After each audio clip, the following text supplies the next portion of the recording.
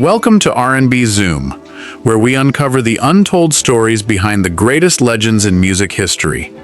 Today, we're counting down 10 R&B soul legends who were murdered. And the world just moved on. Everybody knows. Every story in this documentary is built from documented historical records, verified reporting, and the legacy these artists left behind. Stay with us until number 1, because the final story remains one of the most debated and heartbreaking mysteries in the history of soul music, and it changed R&B forever. Number 10, James Sheppard. Major hit, Daddy's Home, 1961. In your eyes. Have you ever heard a song that sounded so sincere it felt like the singer had actually lived every word? That's exactly what made Daddy's Home unforgettable. Released in 1961, the record climbed to number 2 on the Billboard Hot 100 and became one of the defining doo-wop and early soul records of its era. But behind that joyful reunion anthem was a man whose own life would never get a happy ending. Your daddy's home. Long before Daddy's Home, James Sheppard had already made history as the lead singer of the Heartbeats with 1,000 Miles Away, one of the most beloved doo-wop recordings ever released. His voice carried an emotional honesty that couldn't be manufactured. Whether he was singing about love, heartbreak, or hope, audiences believed every lyric. His transition to Shep and the Limelights proved he wasn't just another doo-wop singer. He was a genuine storyteller whose records stood the test of time. As Daddy's Home filled jukeboxes across America, Sheppard should have been enjoying the rewards of success. Instead, like many black artists of the era, he became trapped in disputes over royalties and publishing rights. He openly challenged Roulette Records, demanding compensation for music that continued making money long after its release. The label was controlled by Morris Levy, a controversial executive whose alleged organized crime connections have been documented for decades. Whether the disagreement had anything to do with what happened next has never been proven, but the timing has fueled speculation ever since. Tuesday, I'm not 1,000 miles away. On January 24, 1970, James Sheppard was found dead inside his car along New York's Long Island Expressway. He had been beaten, robbed, and shot. He was only 34 years old. Despite investigations, no one was ever charged with his murder. The case quietly faded into history, even as Daddy's Home continued playing on oldies radio stations and appearing in films and television. Millions kept singing along without realizing the man behind the microphone had become one of soul music's forgotten tragedies. Your daddy's home. Number 9, Daryl Banks. Major hit, Open the Door to Your Heart, 1966. My pride is too much for me, baby. If you've ever listened to classic Detroit soul, chances are you've heard Open the Door to Your Heart. Released in 1966, the record climbed to number 2 on Billboard's R&B chart and crossed over to the pop charts, becoming one of the most passionate soul recordings of the decade. Daryl Banks didn't just sing the lyrics. He attacked every note with desperation, making listeners believe they were hearing a man fighting to save the love of his life. Born in Mansfield, Ohio, Banks later built his career in Detroit, where soul music was exploding. While Motown was producing polished superstars, Banks represented the city's grittier side. His voice carried the raw urgency of gospel with the emotional honesty of Southern soul. Musicians often compared his vocal power to Otis Redding, while others insisted Banks possessed a style that was completely his own. Many critics believe he was only beginning to reach his full potential when tragedy struck. Success should have opened endless doors for him. Instead, his personal life became increasingly complicated. In early 1970, tensions surrounding a romantic relationship placed him on a collision course with an off-duty Detroit police officer named Aaron Bullock. On February 24, 1970, what began as a heated confrontation quickly escalated into violence. Accounts differ on every detail, but investigators concluded that Banks produced a pistol before Bullock drew his service revolver. A single bullet struck Banks in the neck.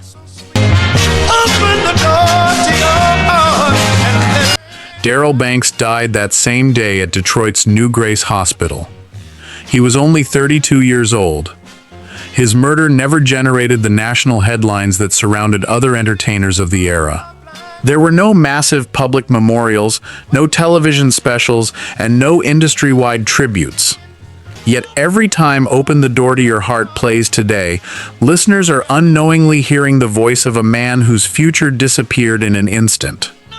One of Detroit's finest soul singers became another name quietly lost to history. Shine like the light. Number 8. Cornell Gunter. Major hit, Yakety Yak, 1958, with the Coasters. You may not recognize Cornell Gunter's name immediately, but you've almost certainly heard his voice. If you've ever smiled at Yakety Yak, laughed through Charlie Brown, or danced to Poison Ivy, then you've experienced the magic of the Coasters. Their records helped bridge rhythm and blues with the birth of rock and roll, influencing everyone from the Beatles to the Rolling Stones. Cornell Gunter wasn't just singing catchy songs, he was helping shape the sound of modern popular music. Boy, you don't get no spinning cab. During the late 1950s, the Coasters became one of America's biggest vocal groups. Their songs blended humor, storytelling, and flawless harmonies into records that still receive radio play decades later. After leaving the original lineup, Gunter continued performing as Cornell Gunter's Coasters, keeping those timeless hits alive for audiences across the United States. Night after night, he stepped onto stages determined to preserve the music that had defined an entire generation. But life on the oldies circuit wasn't always glamorous. While audiences celebrated the nostalgia, many veteran performers faced financial struggles, legal battles over the rights to group names, and the physical demands of constant touring. Despite those challenges, Gunter rarely stopped performing. Music remained his purpose, and he continued entertaining fans well into the late 1980s, proving that classic R&B never truly grows old. Then, on February 26, 1990, everything changed. While stopped at an intersection in Las Vegas, another vehicle pulled alongside his car. Witnesses later reported an argument between Gunter and the occupants. Moments later, gunfire erupted. Cornell Gunter was shot through the windshield and died from his injuries. He was only 53 years old. Despite witness statements, no one was ever convicted of his murder. One of the men whose voice helped launch rock and roll disappeared with barely a headline outside Nevada. Perhaps the saddest part is what happened afterward. Yakety Yak continued appearing in commercials, television shows, and movies. Millions of people laughed at the song's playful lyrics without realizing one of the voices behind it had been murdered. His influence remained everywhere, yet his story slowly faded from public memory. Cornell Gunter spent decades making sure America never forgot those songs, but America almost forgot him. Charlie Brown, he's a clown. That Charlie Brown. Number 7. Lee Morgan. Major hit, The Sidewinder, 1964. Most people remember Lee Morgan as a jazz genius, but what many don't realize is that one record carried him far beyond the jazz clubs and into mainstream America. In 1964, The Sidewinder became an unlikely crossover smash, climbing the Billboard charts with a groove so infectious that R&B radio stations embraced it alongside soul records. The track's unmistakable bass line and fiery trumpet solo became part of the soundtrack of the decade, proving that great music doesn't recognize genre boundaries. Born in Philadelphia in 1938, Morgan was already performing professionally before most teenagers had finished high school. At just 18 years old, he joined Art Blakey and the Jazz Messengers, where his explosive technique quickly earned him recognition as one of the brightest young trumpet players in the world. His combination of technical brilliance and soulful improvisation influenced countless musicians. When the Sidewinder exploded commercially, it wasn't just a personal victory. It helped introduce hard bop jazz to a much wider audience and became one of Blue Note Records' biggest-selling albums.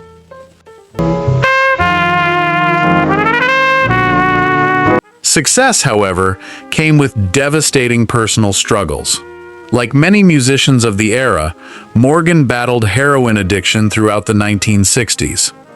The addiction nearly destroyed both his career and his health. Friends watched as one of the greatest talents of his generation sold personal belongings simply to survive. Then came Helen Moore, a woman who believed Morgan's story wasn't finished. She helped him recover, found him work again, managed his career, and guided him back onto the stage.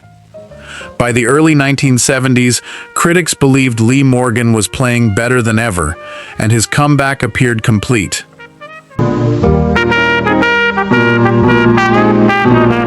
Everything unraveled on the snowy night of February 19, 1972, inside Slug's Saloon in New York City's East Village.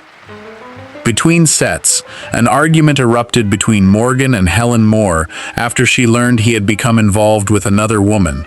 Witnesses recalled emotions boiling over before Moore pulled out a handgun and fired a single shot. The bullet struck Morgan in the chest. Because a severe snowstorm had crippled New York City, emergency responders were delayed. By the time medical help finally arrived, Lee Morgan had lost too much blood. He died at just 33 years old. The tragedy stunned the jazz world, but it also reached far beyond it. The man whose trumpet had introduced millions of listeners to the Sidewinder was gone in an instant. His murder wasn't the result of robbery or random violence. It grew out of heartbreak, jealousy, and human frailty. Decades later, documentaries, books, and interviews have continued to revisit that night, yet the pain remains impossible to separate from the music. Every time the Sidewinder begins with its unforgettable groove, it reminds listeners of a comeback that should have lasted much longer. Number 6. Don Myrick. Major hit, Let's Groove, 1981. With Earth, Wind and Fire, featured as a member of the Phoenix Horns. There are some musicians whose faces never appeared on magazine covers, yet their sound became instantly recognizable around the world.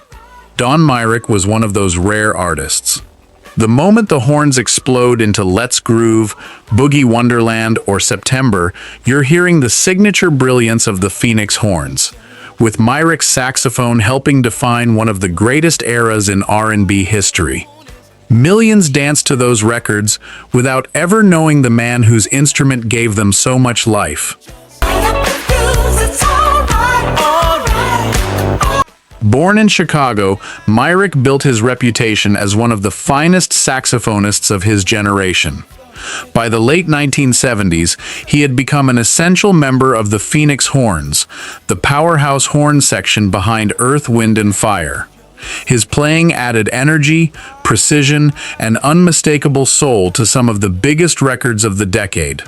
Beyond the group, He became one of the music industry's most respected session musicians, performing alongside artists such as Phil Collins, whose hit One More Night featured Myrick's unforgettable saxophone work.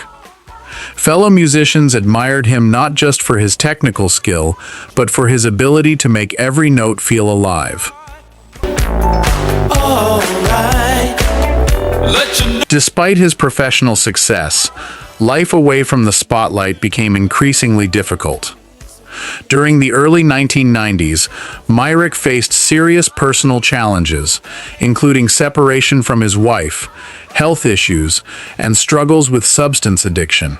Friends later recalled that he was trying to rebuild his life, but the obstacles kept mounting. What happened next wasn't a robbery or an act of revenge. It was a tragic misunderstanding that unfolded in only a matter of seconds.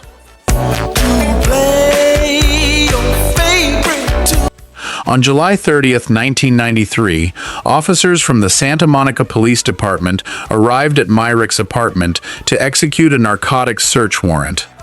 As officers approached the door, they believed they saw Myrick holding what appeared to be a handgun. Officer Gary Farron fired multiple shots. Moments later, investigators discovered the object in Myrick's hand wasn't a weapon at all. It was a butane cigarette lighter. Don Myrick died at the scene. He was 53 years old.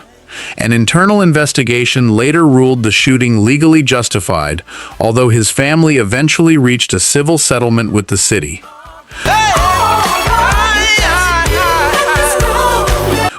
The tragedy remains one of the most heartbreaking stories in modern R&B history. The man whose saxophone helped millions celebrate birthdays, weddings, family reunions, and countless nights on the dance floor lost his own life because of a fatal mistake. Even more heartbreaking, for years his grave remained unmarked, leaving one of the architects of the Earth, Wind, and Fire sound resting in near anonymity. His music became immortal, but the musician himself was almost forgotten.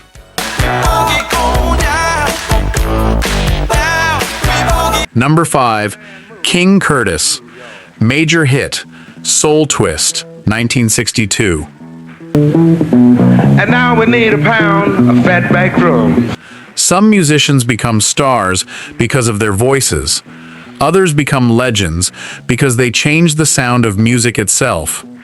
King Curtis did both, without ever needing to sing a single note. The unmistakable saxophone that electrified countless R&B classics belonged to him. And when Soul Twist reached number 1 on Billboard's R&B chart in 1962, it proved that an instrumental could captivate audiences just as powerfully as any vocal performance. His saxophone didn't simply accompany songs, it became the voice people remembered long after the music ended. Born Curtis Ousley in Fort Worth, Texas, King Curtis was one of the most sought-after session musicians in America by the late 1950s. His resume reads like a Hall of Fame exhibit. He played on the Coasters' Yakety Yak, Aretha Franklin's Respect, Buddy Holly recordings, The Drifters, Sam Cooke sessions, and even worked alongside John Lennon after the Beatles era. Producers knew that if they wanted a record to sound bigger, warmer, and unforgettable, King Curtis was the first call. His rich tenor saxophone became one of the defining sounds of soul music. Then came Memphis Soul Stew. Released in 1967, the funky instrumental became another signature record, celebrated for its clever spoken-word recipe and irresistible groove. It remains one of the greatest instrumental soul recordings ever made, and is still sampled, streamed, and played around the world today. By the early 1970s, Curtis wasn't just a celebrated solo artist. He had become Aretha Franklin's musical director, leading the legendary Kingpins band while continuing to influence virtually every corner of rhythm and blues. Truman Thomas on the organ, ladies. But on the night of August 13th, 1971, one meaningless confrontation erased one of music's greatest talents. Returning to his Manhattan brownstone while carrying an air conditioner inside, Curtis encountered Juan Montanez, who had been sitting on the front steps. An argument broke out. Within moments, Montanez pulled a knife and stabbed King Curtis. The legendary saxophonist collapsed on the sidewalk and later died at Roosevelt Hospital. He was only 37 years old. The man whose music had united generations lost his life over an argument that should never have happened. A little more drums. How about a little? The music industry reacted with genuine heartbreak. Atlantic Records temporarily shut down operations so employees could attend his funeral. Reverend Jesse Jackson delivered the eulogy. Aretha Franklin sang. Stevie Wonder paid tribute. Few musicians have ever received a farewell that reflected just how deeply they were respected by their peers. Yet outside the industry, King Curtis's murder slowly faded from public memory. His saxophone continues to echo through some of the greatest soul records ever made, but too few listeners know the tragic story behind the man who played it. Now we need to add now. Number 4. Selena Quintanilla. Major hit, Dreaming of You, 1995. 'Cause I'm dreaming. Some artists become famous. Others become symbols of an entire generation. Selena Quintanilla was both. Long before the world crowned her the Queen of Tejano music, she was already breaking barriers that few believed could be broken. By the mid-1990s, she wasn't simply a Latin superstar, she was preparing to become one of the biggest crossover artists in American music. When Dreaming of You was released after her death, it debuted at number 1 on the Billboard 200, making history and proving that the world had only begun to discover her extraordinary talent. Born in Lake Jackson, Texas, Selena started performing as a child alongside her siblings in Selena y los Dinos. Throughout the late 1980s and early 1990s, hits like Bitty Bitty Bom Bom, Como la Flor, Amor Prohibido, and No Me Queda Más transformed her into one of the most beloved performers in Latin music.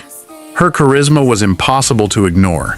She could command a stadium with the same effortless confidence she displayed in a small dance hall. More importantly, she connected with fans in a way that felt deeply personal. They didn't just admire Selena, they felt like they knew her.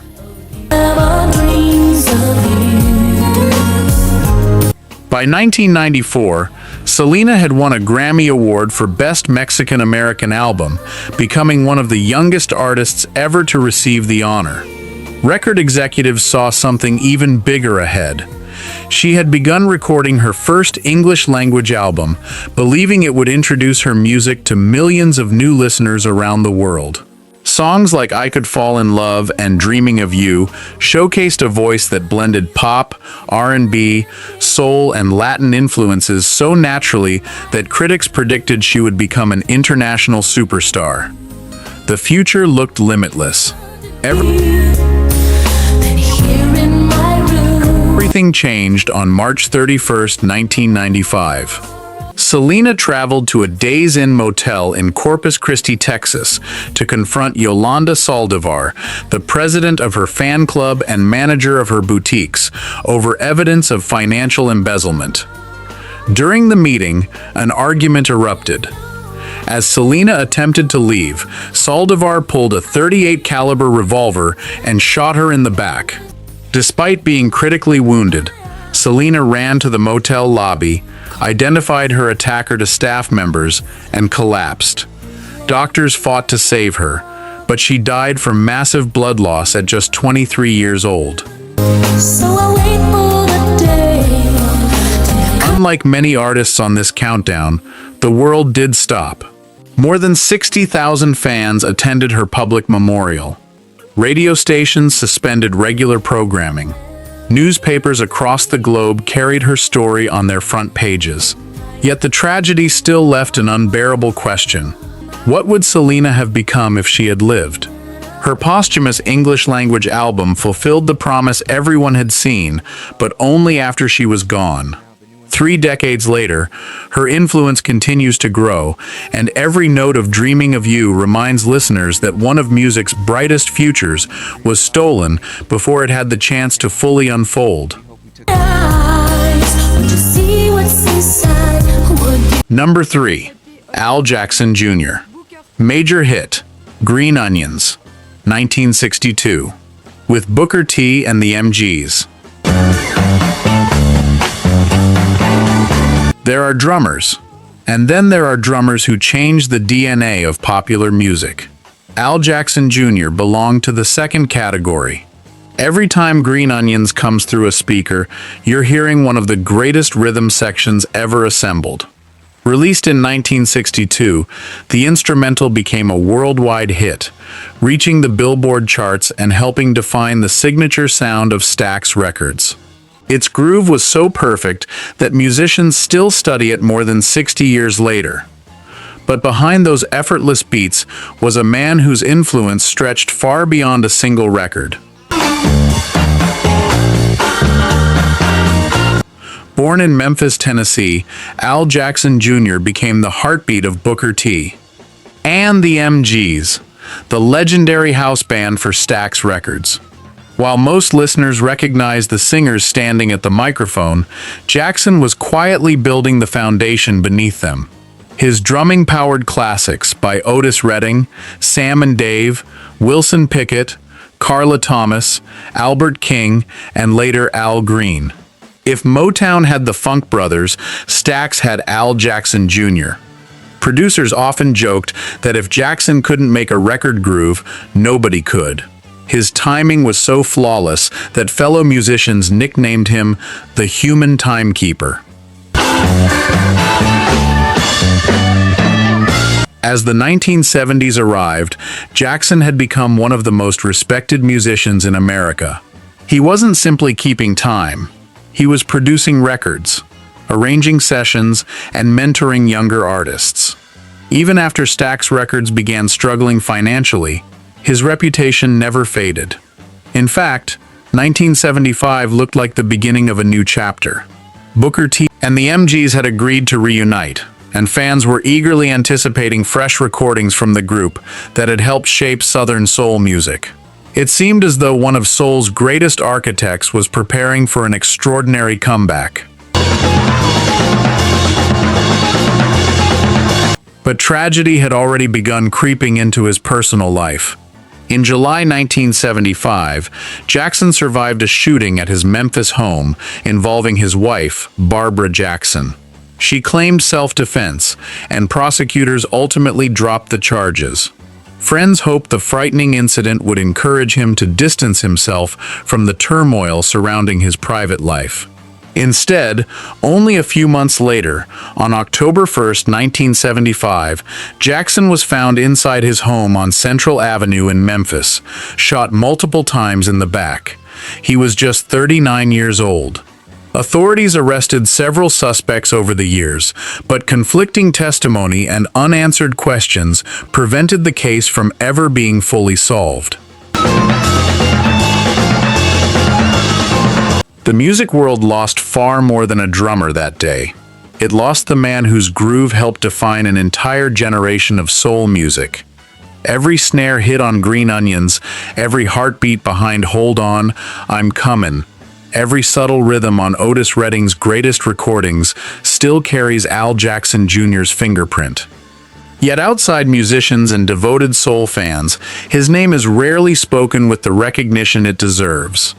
His rhythms became immortal, but the mystery surrounding his murder remains unresolved nearly half a century later. Number 2. Marvin Gaye. Major hit, What's Going On, 1971. Some voices don't just entertain, they change the way an entire generation thinks. Marvin Gaye's voice was one of them. By the time What's Going On was released in 1971, he had already become one of Motown's brightest stars. But this wasn't another love song. It was a deeply personal plea for peace, justice, and understanding during one of America's most turbulent decades. The album became one of the greatest records ever made, influencing everyone from Stevie Wonder and Prince to Beyoncé and Kendrick Lamar. Yet behind the calm, compassionate voice was a man quietly fighting battles that few people truly understood.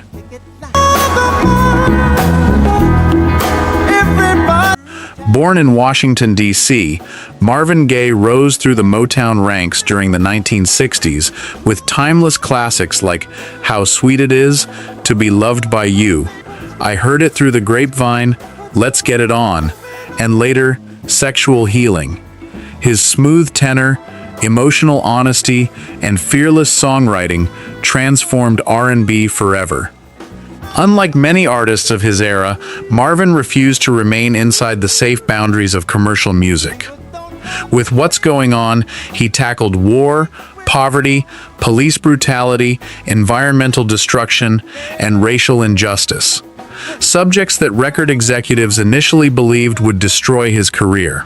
Instead, the album became a masterpiece and remains one of the most critically acclaimed recordings in music history.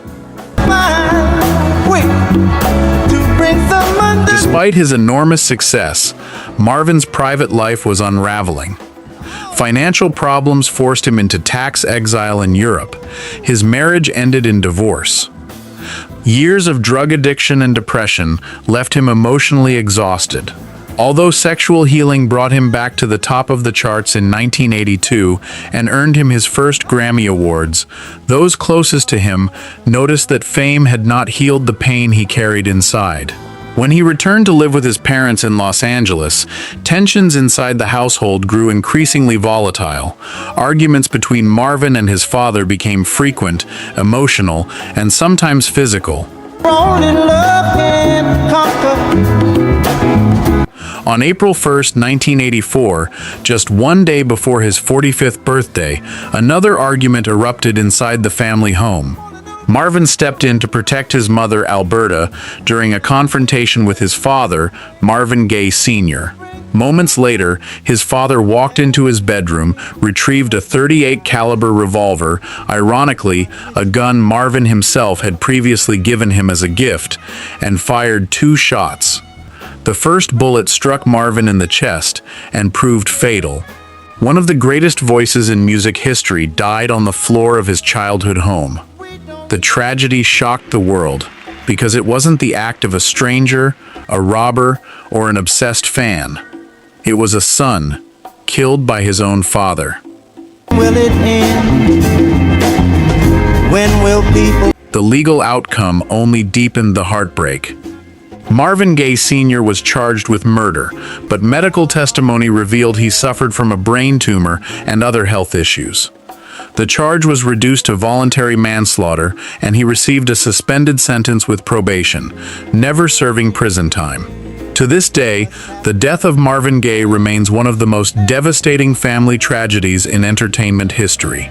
Every time What's Going On asks, "Brother, brother, brother, there's far too many of you dying," those words carry an even heavier meaning. The man who begged the world to choose love and understanding ultimately became another victim of violence inside his own home. Number 1. Sam Cooke. Major hit, A Change Is Gonna Come, 1964. Before there was Marvin Gaye, before there was Stevie Wonder, before there was Al Green, there was Sam Cooke. He wasn't simply called the King of Soul because of his voice. He earned that title because he changed what a black artist could become in America. With timeless classics like You Send Me, Cupid, Bring It On Home to Me, Chain Gang, and Twistin' the Night Away, Sam Cooke became one of the first R&B artists to conquer both the black and white pop markets.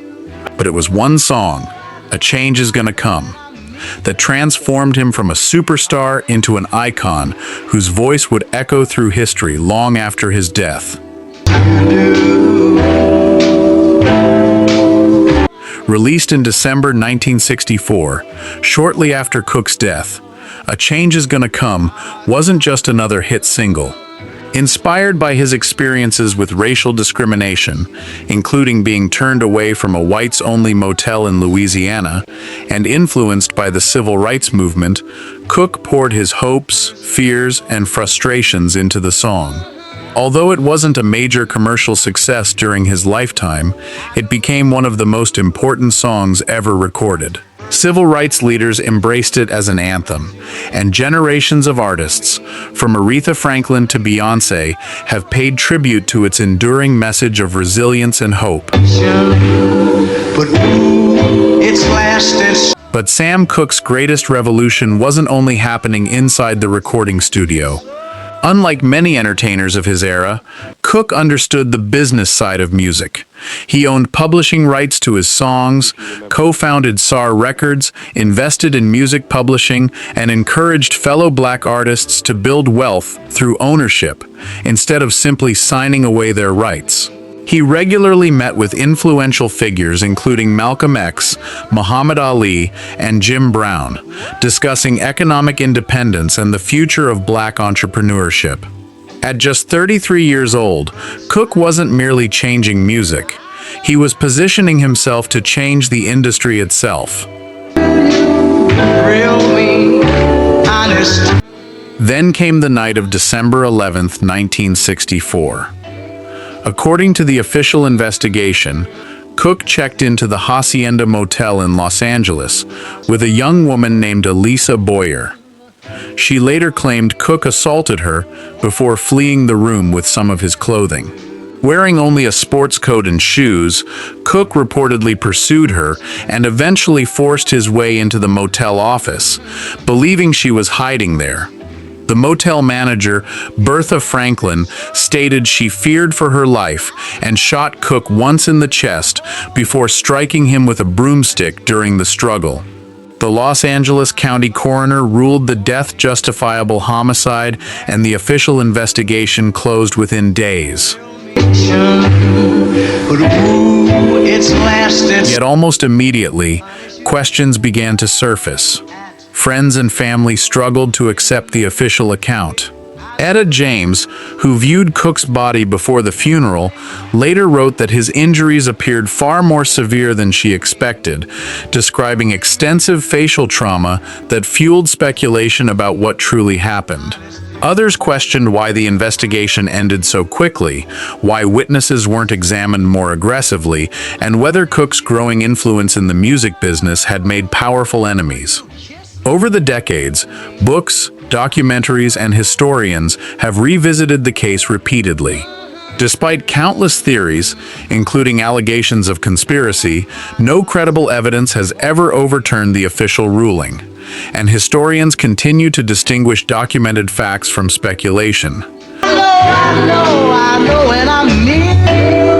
What cannot be disputed is the impact of his death. More than 200,000 mourners reportedly paid their respects during funeral services in Chicago. The music industry lost one of its greatest innovators at only 33 years old, just as his influence was reaching extraordinary heights. Every generation since has rediscovered his catalog, proving that great music never truly dies. A Change Is Gonna Come continues to inspire movements for justice around the world, reminding listeners that hope can survive even the darkest moments. Sam Cooke's life ended far too soon, but the change he sang about continues to echo through every generation that refuses to stop believing tomorrow can be better than today. To marry you and take you home.